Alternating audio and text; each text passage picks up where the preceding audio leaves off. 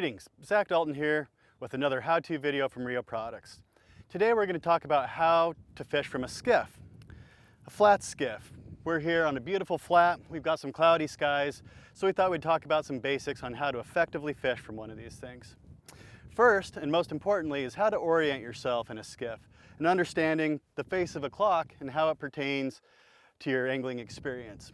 To the stern, we've got 6 o'clock. To the bow, we've got 12 o'clock.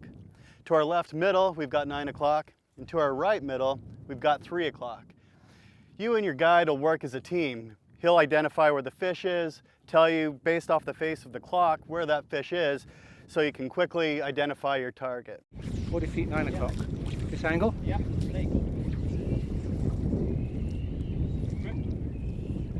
One of the next most important things to me is making sure that the boat is free and clear of snags.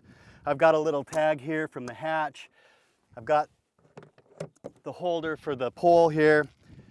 If you strip line out and you're not paying attention to those things, your line's going to get wrapped around and you're going to be very frustrated when you try and make a cast. It's not going to come together. You're going to come up short.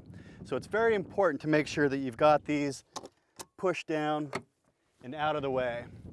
Equally as important is to make sure that the cockpit is free and clear. You don't have any water bottle or branches, because again, your fly line could get snagged on it and could blow one of the few shots that you might get in a day. Now that we've got some of the basics covered, let's talk about some of the features of the front of the skiff and how we can effectively use them to improve our fishing experience. We've got a lean bar right here. I like to utilize this in a couple of different ways.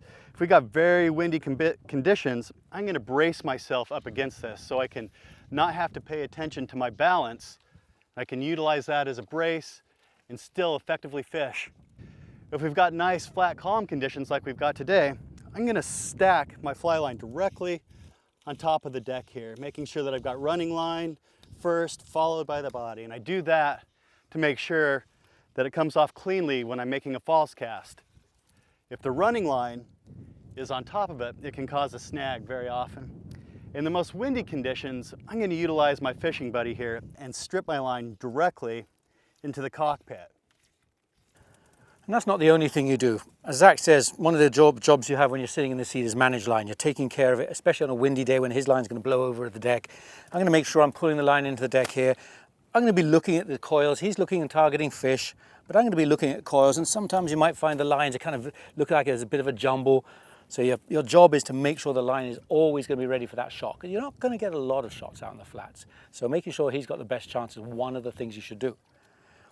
Also, utilize this. You've got the angler's looking for fish, you've got the guides looking for fish. You should also do the same. You shouldn't just be sitting there watching your iPhone or anything. Get up on the seat, take a look around. You're also trying to find some fish there, because of course the more eyes that are looking for fish, the better it is, the better chance there is.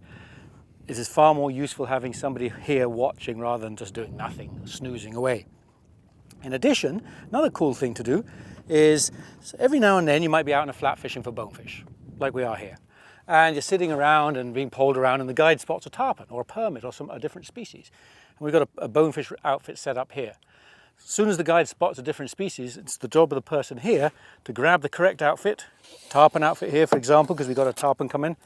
I'll give that to the angler, I'll take his rod from him and worry about winding in the line here. And that way he is ready way faster than if he's winding in, digging out the rod. So there's a lot of things you need to do as the cockpit here, the guy who's not fishing. Because believe me, when you're up there as the angler, you're going to want him doing the same things for you. So just make sure you understand your duties when you're in a flats boat, on both the front and in the seat here. So hopefully you enjoyed that. Hopefully you picked up a few tips on how to fish out of a flats boat like this. And if you enjoyed this, check out the Rio website, and particularly our section called Rio TV, and you'll find a whole bunch of how-to episodes like this and top tips for all kinds of fishing. Many thanks for watching.